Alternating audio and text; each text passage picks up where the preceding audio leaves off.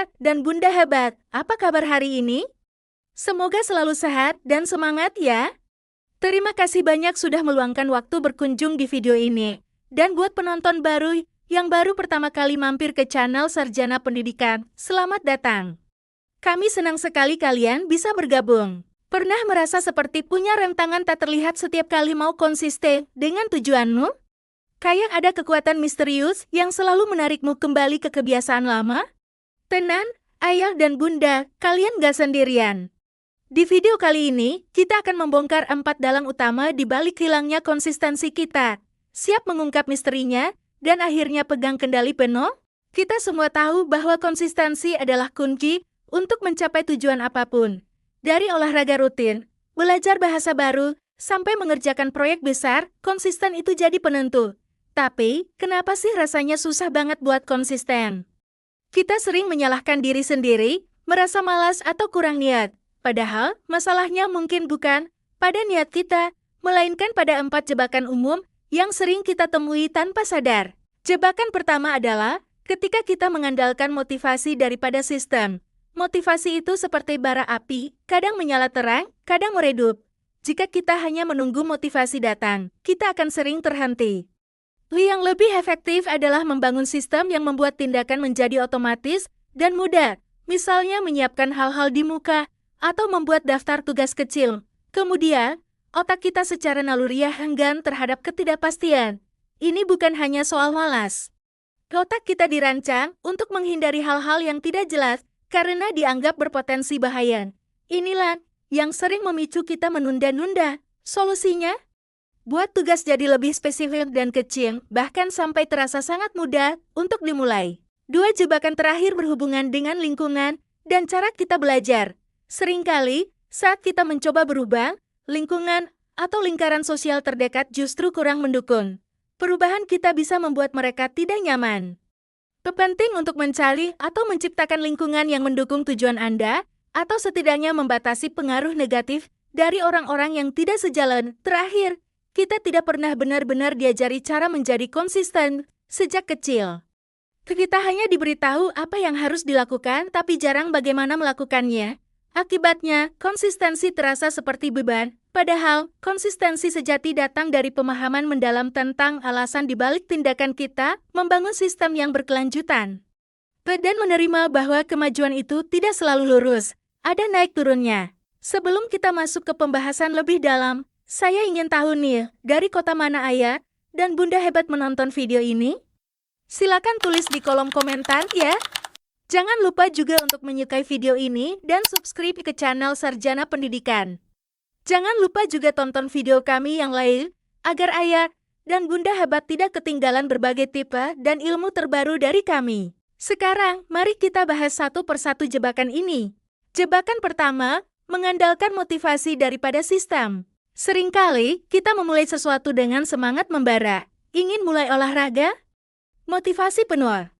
Ingin belajar hal baru? Begadang pun rela. Namun, coba ingat-ingat, berapa banyak rencana yang kandas di tengah jalan hanya karena motivasi itu sifatnya tidak stabil dan mudah hilang? Motivasi itu seperti api unggun, butuh terus-menerus diberi bahan bakar, agar tetap menyala. Saat bahan bakarnya habis, atau ada angin kencang tantangan, api itu bisa padam begitu saja. Inilah kesalahan fatal pertama, mengandalkan perasaan sementara untuk mencapai tujuan jangka panjang. Padahal, kunci keberhasilan jangka panjang bukanlah seberapa tinggi motivasimu di awal, melainkan seberapa kuat sistem yang kamu bangun. Sistem ini adalah serangkaian kebiasaan atau langkah kecil yang membuat suatu tindakan menjadi otomatis dan jauh lebih mudah untuk dilakukan, tanpa perlu dorongan emosional yang besar. Bayangkan ini seperti jalan tol dibandingkan jalan biasa yang berliku dan banyak hambatan. Sistem membuat perjalananmu mulus. Misalnya, jika ingin rutin berolahraga, alih-alih hanya mengandalkan semangat pagi, siapkan pakaian olahraga di samping tempat tidur malam sebelumnya. Atau, jika ingin menulis, tentukan waktu 15 menit setiap hari dan buka dokumen kosong. Terlepas dari, apakah kamu sedang mood menulis atau tidak? Contoh di kehidupan nyata yang paling jelas bisa kita lihat pada proses belajar atau kebiasaan makan. Seorang mahasiswa yang hanya belajar saat termotivasi menjelang ujian mungkin akan kewalahan. Namun, mahasiswa yang membangun sistem belajar harian misalnya, menjadwalkan 1 jam belajar setiap sore dan menyiapkan buku-buku di meja belajar sejak pagi cenderung lebih konsisten dan tidak terbebani. Begitu pula dengan kebiasaan makan sehat. Orang yang hanya makan sehat saat sedang diet ketat seringkali mudah menyerah. Berbeda dengan mereka yang punya sistem seperti menyiapkan bekal sehat di awal minggu atau selalu menyimpan buah di meja kerja. Ini menunjukkan kekuatan sejati ada pada sistem, bukan pada motivasi yang fluktuatif. Jebakan kedua, keengganan otak terhadap ketidakpastian. Pernahkah kamu merasa ingin memulai sesuatu yang besar, proyek baru, belajar skill baru, atau bahkan cuma bersih-bersih rumah, tapi malah berakhir menunda-nunda? Seakan ada tembok tak terlihat yang menghalangimu? Nah, ini bukan semata-mata karena kamu malas. Ternyata, otak kita punya kecenderungan alami untuk menghindari ketidakpastian. Dari zaman purba, ketidakpastian identik dengan bahaya. Otak kita diprogram untuk mencari kepastian dan keamanan. Jadi, ketika dihadapkan pada tugas yang terasa besar, baru, atau tidak jelas ujungnya, alarm bahaya di otak bisa berbunyi, memicu kita untuk menghindar. Fenomena ini sering disebut kelumpuhan analisis atau paralisis di analisis. Karena tugas terasa sangat besar atau hasilnya belum jelas, otak kita memilih untuk tidak melakukan apa-apa daripada mengambil risiko yang tidak pasti. Ini adalah mekanisme pertahanan diri yang keliru, yang justru menghambat kemajuan. Lalu, bagaimana cara mengatasinya? Kuncinya adalah membuat tugas menjadi sangat spesifik dan sekecil mungkin, hingga terasa hampir mustahil untuk ditunda. Tujuan kita adalah menipu otak agar menganggap tugas tersebut tidak mengancam dan aman untuk dimulai. Mari kita ambil contoh di kehidupan nyata.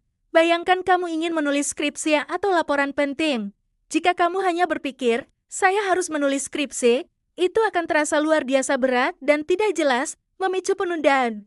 Otakmu akan langsung berpikir, dude, ini banyak banget, mulai dari mana? Bandingkan dengan jika kamu memecahnya menjadi, hari ini, saya hanya akan mencari 3 jurnal relevan, atau saya akan menulis 1 paragraf pendahuluan. Langkah-langkah mikro ini terasa sangat kecil dan spesifik. Otakmu akan berpikir, oh, cuma itu? Gampang, sama halnya dengan memulai bisnis. Alih-alih langsung memikirkan keuntungan jutaan, fokuslah pada hari ini, saya akan riset 5 nama produk, atau saya akan membuat 1 postingan promosi sederhana. Dengan begitu, kita bisa melangkah maju sedikit demi sedikit dan mengurangi rasa takut serta keraguan yang sering muncul dari ketidakpastian. Jebakan ketiga, kurangnya lingkungan yang mendukung. Pernahkah kamu memulai pola hidup sehat, semangatnya membara, tapi teman-teman di sekelilingmu malah sering mengajak makan gorengan atau begadang? Atau mungkin kamu ingin fokus belajar, tapi lingkungan rumah terlalu ramai dan tidak kondusif. Ini adalah jebakan ketiga yang sering menghambat konsistensi kita, kurangnya lingkungan yang mendukung. Seringkali, saat kita berusaha berubah atau berkembang, lingkaran sosial terdekat kita, meskipun tanpa niat jahat, justru bisa menjadi penghambat. Perubahan kita bisa membuat mereka tidak nyaman, atau bahkan secara tidak langsung menyoroti stagnasi mereka sendiri, yang kemudian memicu respons negatif, seperti meremehkan atau mengajak kembali ke kebiasaan lama. Penting untuk disadari bahwa dukungan tidak selalu datang dari orang terdekat. Lingkungan, baik fisik maupun sosial, memiliki dampak yang sangat besar pada perilaku kita.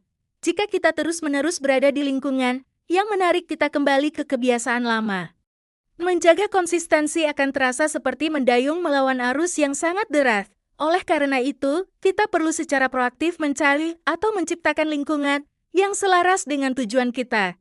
Ini bisa berarti bergabung dengan komunitas online yang memiliki minat sama, mencari teman-teman baru yang juga mengejar tujuan serupa, atau bahkan sekadar menata ulang ruang kerja agar lebih mendukung produktivitas. Mari kita lihat contoh di kehidupan nyata. Bayangkan seorang karyawan yang ingin memulai bisnis sampingan. Jika lingkungan pertemanannya didominasi oleh orang-orang yang pesimis dan selalu menganggap ide bisnis itu buang-buang waktu atau pasti gagal, sangat sulit bagi karyawan ini untuk tetap konsisten. Berbeda halnya jika ia bergabung dengan komunitas startup lokal atau forum pengusaha online. Di sana, ia akan menemukan orang-orang yang mendukung, bertukar ide, dan bahkan memberikan masukan konstruktif yang justru memperkuat motivasi dan konsistensinya. Contoh lain, seorang yang ingin belajar bahasa Inggris secara otodidak. Jika ia terus bergaul dengan orang yang sama-sama tidak peduli dengan bahasa Inggris, akan sulit untuk berlatih. Namun, jika ia mencari speaking club atau teman online untuk berlatih, lingkungannya akan secara otomatis mendukungnya untuk terus konsisten belajar. Jika lingkungan tidak dapat diubah, membatasi pembahasan tentang kemajuan Anda kepada mereka yang kurang mendukung adalah strategi cerdas untuk melindungi energi positif Anda. Jebakan keempat, tidak pernah diajari cara menjadi konsisten. Sejak kecil, kita semua akrab dengan perintah seperti belajar yang rajin, makan sayur itu penting, atau berolahraga biar sehat. Kita diberitahu apa yang harus dilakukan, lengkap dengan segala manfaatnya. Tapi, pernahkah kita benar-benar diajari bagaimana caranya menjadi konsisten dengan semua hal baik itu? Seringkali, tidak. Akibatnya, konsistensi sering terasa seperti beban, sebuah kewajiban yang harus dipenuhi, bahkan kadang didasari rasa takut akan konsekuensi jika tidak melakukannya. Ini membuat kita melihat konsistensi sebagai suatu hal yang melelahkan, bukan sebagai alat untuk mencapai potensi diri. Paradigma ini perlu kita ubah. Konsistensi sejati bukanlah tentang kekuatan kemauan yang tak terbatas atau terus-menerus memaksakan diri. Sebaliknya, konsistensi yang berkelanjutan berasal dari 3 pilar utama, pemahaman mendalam tentang alasan di balik tindakan kita, membangun sistem yang berkelanjutan, dan menerima bahwa kemajuan itu tidak selalu linear. Ini berarti kita harus tahu betul mengapa kita melakukan sesuatu, bukan sekadar apa yang harus dilakukan. Lalu, kita perlu merancang proses yang memudahkan kita untuk terus bergerak maju, bahkan saat motivasi sedang turun. Mari kita ambil contoh di kehidupan nyata. Bayangkan seorang anak yang disuruh belajar piano. Jika ia hanya diberitahu belajar piano itu penting, ia mungkin akan cepat bosan atau merasa terbebani. Namun, jika ia memahami mengapa ia belajar piano, misalnya untuk bisa memainkan lagu favorit, tampil di depan teman, atau mengembangkan kreativitas, ia akan punya motivasi internal. Lebih dari itu, jika orang tuanya membantu membangun sistem, misalnya menjadwalkan 15 menit latihan setiap sore setelah pulang sekolah, bukan menunggu mood, atau meletakkan buku not balok di dekat piano agar mudah dijangkau, ia akan lebih konsisten.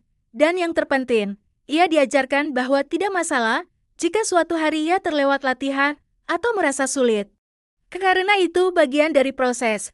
Konsistensi bukanlah kesempurnaan tanpa celah, melainkan tentang menciptakan ritme yang stabil dan bangkit kembali setiap kali kita tersandung tanpa merasa gagal. Kita semua mendambakan konsistensi, bukan? Baik itu untuk rutin berolahraga, menguasai skill baru, atau menuntaskan proyek besar. Rasanya, konsistensi adalah kunci setiap kesuksesan.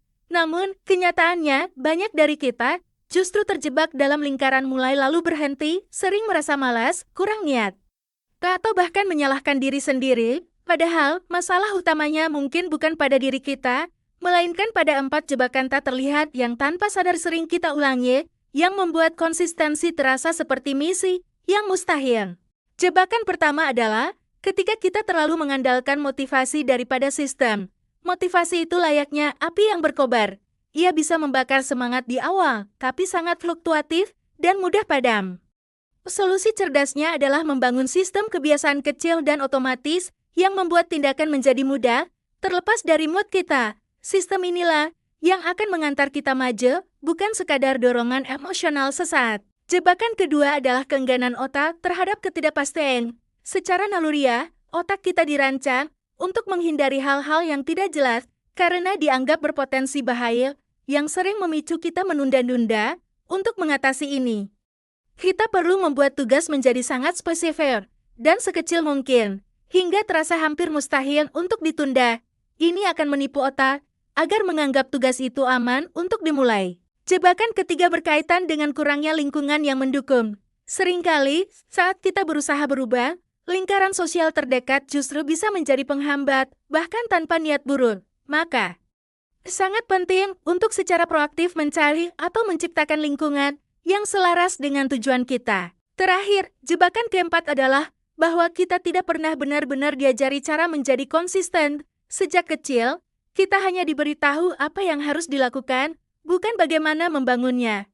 Padahal, konsistensi sejati bukan tentang kemauan keras yang tak terbatas, melainkan tentang pemahaman mendalam tentang alasan dibalik tindakan kita, membangun sistem yang berkelanjutan, dan menerima bahwa kemajuan tidak selalu linear. Dengan memahami dan mengatasi keempat jebakan ini, konsistensi tidak lagi menjadi mitos, melainkan jalan nyata menuju setiap tujuan kita. Dengan terlibat aktif dalam pendidikan anak, ayah, dan bunda tidak hanya membantu anak meraih prestasi akademik maupun non-akademik, tetapi juga menanamkan kecintaan pada belajar seumur hidup dan mempersiapkan mereka untuk masa depan yang gemilang. Mari kita terus belajar bersama anak, tumbuh bersama mereka, dan menjadi pendukung utama dalam setiap langkah perjalanan pendidikan mereka. Mungkin itu dulu ayah ibu hebat yang bisa sarjana pendidikan bagikan hari ini. Bantu koreksi di kolom komentar ya jika ada penjelasan sarjana pendidikan yang keliru. Ayo bersama-sama tingkatkan channel Sarjana Pendidikan untuk ilmu yang lebih bermanfaat lagi. Jangan lupa like dan subscribe. Terima kasih.